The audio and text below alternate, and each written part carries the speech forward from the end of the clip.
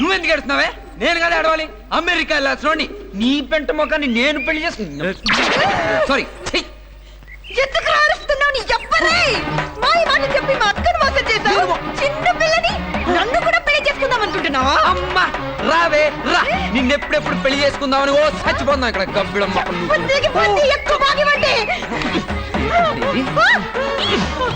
మాకు లేవా చెప్పులు? చిన్నప్పటి నుంచి కరాటే నేర్చుకున్నాం తెలుసా? బ్రౌన్ బెల్ట్ ఇక్కడ. చిన్నప్పటి నుంచి గేదెలు తోవిన చెయ్యి కొడితే కోడి మెడకుంది. నేను చెప్పేది అదే, నోరు తెరిస్తే చాలు ఎద్దులు గేదెలు బర్రెలు కోళ్ళు పెంట ఏకేదినా చేసి పెళ్లి చేస్తా. నిన్ను కదనయా, నిన్ను చూస్తుంటే కడుపు తరుక్కుపోతుందనయా. నిన్ను కూడా ఏ గేదెని తోవేసినట్టు తోవేస్తుందనయా ఈ గేదె.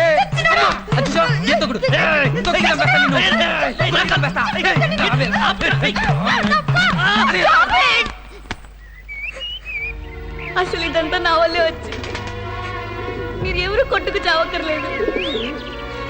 నా కర్మ.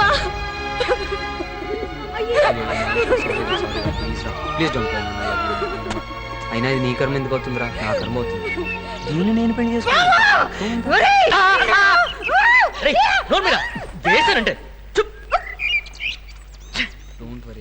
ఏదో ఒక్క పెళ్లికి 2 పెళ్ళయ్యా. నోరు ముయ్యమన్నానా? ఆ గేదేదో చెప్తుందంట, చెప్పనే. చెప్పి చావు. సరే చెప్పమ్మా. మీరిద్దరు పెద్ద ఎదవలని మా పెదనాన్నకి తెలిస్తే మన పెళ్లిలో క్యాన్సిల్. అంతేనా అన్నయ్య? సాయంత్రం పుల్లేసి వెళ్ళి దోలు తీర్చా. కిషోర్, సిగరెట్ ని మందుని మా పెద్దనాన్న అంతగా పట్టించుకోరు.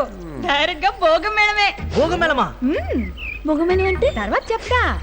మీ తోటలో భోగమేళం సెట్ చేసి ఆ విషయం మా పెదనాన్నకి తెలిసేలా చేస్తే సోప్ సాంప్రదాయం కాదన్న గానీ పాపకు వాళ్ళ అమ్మ నగలు నేను చేయించినవి చాలా ఉన్నాయి. మళ్ళీ ఇంత ఖర్చు పెట్టడం ఎందుకు బాబు? బాలేటోరే, మా కోడపిల్ల పేరేటి? మహాలక్ష్మి. మరి వాళ్ళ వీళ్ళు ఉండదు.